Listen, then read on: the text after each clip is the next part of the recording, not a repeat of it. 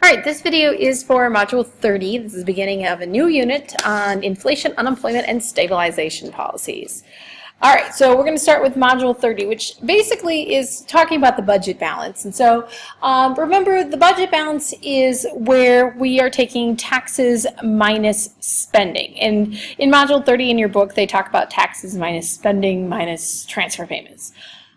I don't know about you, but I think of transfer payments is basically similar to spending, and then especially in this case is that it's just spending money. Okay, so remember that the budget balance can be positive, it can be negative. Most of the time when you hear in popular culture that when they talk about balancing the budget, they want taxes to equal spending. Okay.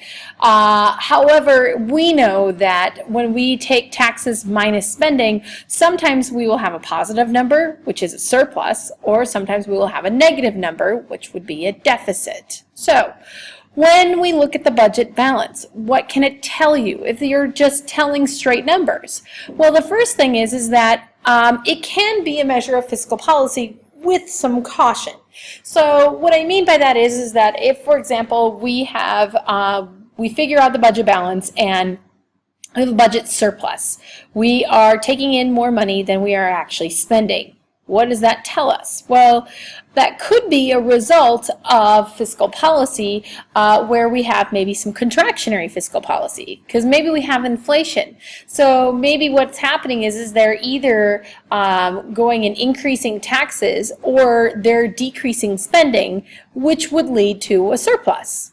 Okay, or vice versa for a recession is that it could be, if we have a deficit, it could be showing us that maybe we have a recessionary period. Maybe they're doing some expansionary fiscal policy. So they're increasing spending and or they're decreasing taxes. Okay, however, there is some cautionary tales. So it could be a result of those fiscal policies. So just telling us surplus or a deficit could tell us that. However, here's the caution. First of all, changes in spending and taxes don't have equal effects on the economy. Remember when we've talked about this before, when we talked about fiscal policy, if you want to change government spending, okay, you are going to change government spending, and what happens is that your changing government spending is going to be a heck of a lot less than if you wanted to do effectively change taxes. The reason being, remember, is that the tax multiplier is always going to be smaller than the regular multiplier. So the reason this affects the budget balance is that if I, for example, want to go and close a $10 billion gap, okay, I may have to go and let's say it's a $10 billion inflationary gap. I may have to go and drop spending by, say, $5 billion. But if I wanted to just do it with taxes, I'd have to increase taxes by $10 billion. Because remember, the tax multiplier is a lot smaller than the regular multiplier. So the reason that makes a difference is that it makes a difference on our budget balance. And so that would put us, for example, in a larger, in this case, surplus than if by changing taxes than if we were to change the spending to be able to cause the same effect. So keep in mind that those changes in spending have a bigger impact than those changes in taxes. Okay, other cautionary tales about using a budget balance to determine what fiscal policy we're using. The reason that is because that a budget balance could be a result of automatic stabilizers that are happening because there's fluctuations in the business cycle. So for example, during a recession, automatically, without the government doing anything, we know that what's going to happen is that the government is going to automatically collect less taxes because people have less money, and or they're also going to be giving out more transfer payments because there's going to be a lot more people that don't have jobs, and so, for example, they're going to collect more on unemployment. Okay, so that would also cause our budget balance to be in a deficit. And if that causes our budget balance to be in a deficit, that's not really a result of our fiscal policy, it's just a result of automatic stabilizers. So keep in mind that these fluctuations could also cause a deficit or a surplus. So what do we use then to be able to kind of even the playing field? Well, we're going to use something called the cyclically adjusted budget balance. And basically what that's doing is let's assume that we are always at GDP is always at a potential. And if our GDP is at potential, remember our potential GDP in our aggregate demand, aggregate supply model, our potential GDP is equal to the natural rate of unemployment. So if that's the case, at our natural rate of unemployment, how much are we going to be collecting in taxes? How much would we actually be spending in transfer payments? That, my friends, would be our cyclically adjusted budget balance. So we compare that to the regular budget balance, and that gives us kind of a clearer picture of where we could have been. So cyclically adjusted budget balance in this graph is the red line, and our actual budget balance is the blue line. And this is obviously a percentage of GDP. So it gives you an idea, okay, of, for example, when it lines up, okay, this tells us that we're at potential, right? When it doesn't line up, okay, that tells us that we either have an inflationary or recessionary gap. Okay, so should the budget be balanced every year? And this is a question that I started off the period with, and the class period with, asking everybody, do you think the budget balance should be balanced every year? Well, if you think about what we just talked about, during periods where we have a recession, we're automatically going to have a deficit. Or when we have an inflation, we're automatically going to have a surplus. So I showed you this graph before, this graphic before, where we're comparing all the deficits and all the surpluses. Okay, so here's the thing is that you can, like I said, down and dirty method use to be able to determine if it was an expansionary period or a recessionary period. So for example, in the kind of late 2000s, the aughts, as some people call them, in the early teen years, we have a large deficit here. Why is that? Well, you could make the assumption, rightly so, that we're going through a recession. Yes, and as a result, they're using expansionary fiscal policy, which does increase the deficit. Whereas here, the last time we had a surplus was the late 90s, early 2000s. What did we have going on there?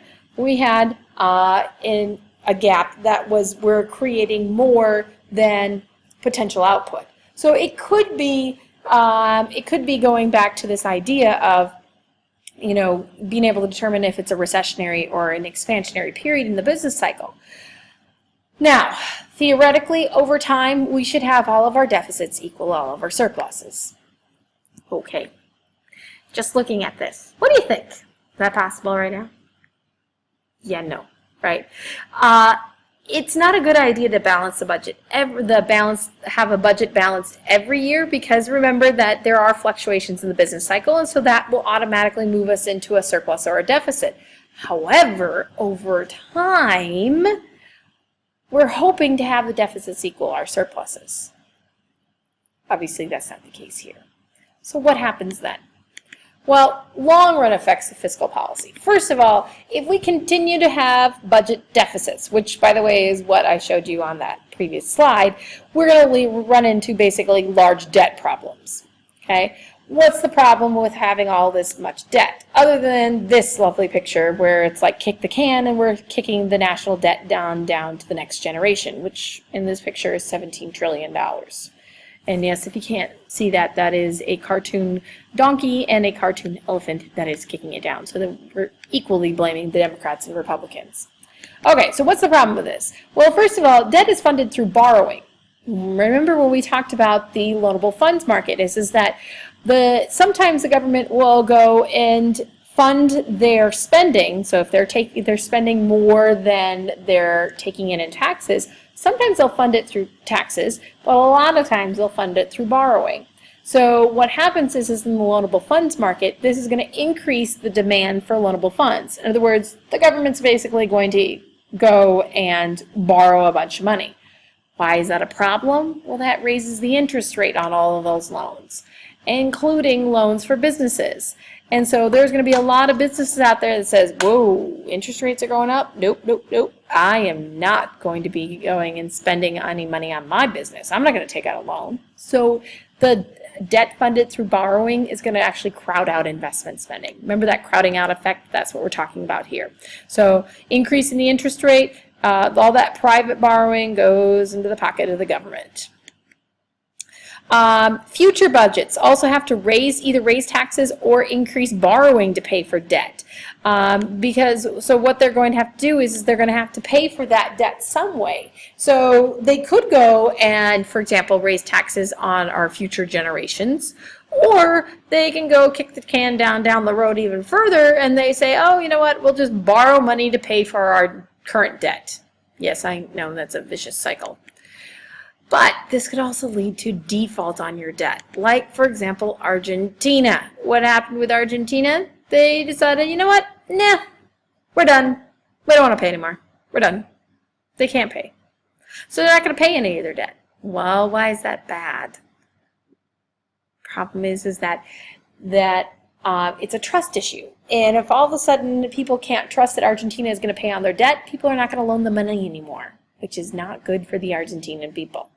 So we in the United States are not to this point, but we're definitely at this point where they're talking raising taxes, or we're just going to borrow some more money to pay for our debt. Problem either way. All right, so continuation. Can the government actually eventually pay their debt? Are we at the point where we're going to have to go the Argentina route and just go and say, sorry, can't do it? Well, that's the question. We can look at something called the debt to GDP ratio, and this is looking at the debt as a percentage of GDP. And the reason that this is important is because it's going to look at how much of our GDP, so how much of our, basically how much of the our potential out there are we already committing to paying off this debt. So for example, if you can look at this graphic, you can see this goes from 1900 to 2012, and I wanted it this far back because what was going on about here, where we have this big huge spike. Why is it that we have a larger percentage of our GDP that is committed to debt? What was going on at that point in U.S. history? World War II and the Korean War. We had a lot of spending, so we had a lot more debt. Okay, and then it kind of dropped off. Then it rose a little bit in the late 80s, early 90s, and then it dropped off a little bit, and then it's been on the incline again. Here's the thing is that as long as our GDP is going up by more than our debt, we're okay. So as long as our debt is growing slower than GDP, then the load of paying our debt is declining, meaning that eventually we're going to collect enough taxes and things like that because we're growing, and every time you grow with GDP, the government's going to collect more taxes. So that should be okay. But the question is, all right, are we doing that? In the United States, for the most part, we've had our debt grow slower than our GDP, which is good. However, we're also forgetting about one other thing, something called implicit liabilities. Implicit liabilities are those things that are not included in the actual debt statistics, and the debt stats is what I said, even though they are promises that the government is making to future generations. So it is essentially part of our debt. So implicit liabilities are these things that we promise to pay on. So for example, Social Security, Medicare, Medicaid, all of these things, as they are currently situated, is that the government is basically promising to pay us on these things, to cover these things. But the cost of them in the future is just getting bigger. For example, Social Security. How does Social Security actually work? Well, you and I and everybody else that's working right now, we are paying into the Social Security pot, and it's a one giant pot for everyone. And at the same time that we're putting money in, we have retirees currently taking the money out. The problem with that is that we have an increasing number of retirees. Part of it has to do with the baby boom generation, but part of it has to do with people are just living longer. And so they're living longer, so they're taking out of this big Social Security pot longer and longer, and there's just not enough of us on the working side of the equation to be able to cover it. So the cost of paying for Social Security is going up. That goes along with Medicare, which is for the elderly, and Medicaid, which is going to be for helping families, low-income families. And so This is a graphic that is looking at kind of broad picture and projected over the next so many years. This is looking at 2007 and this is 2030 and 2050. So as you can tell, obviously Social Security percentage of GDP, Social Security is going up, how much we're spending on Social Security, as well as Medicare, because remember Medicare is also for example, the elderly, and since we have more people that are retiring and more that are living longer, they're going to definitely need more help with paying for their medical expenses. And then you can see that our Medicaid, which is our aid to low-income families, is also increasing.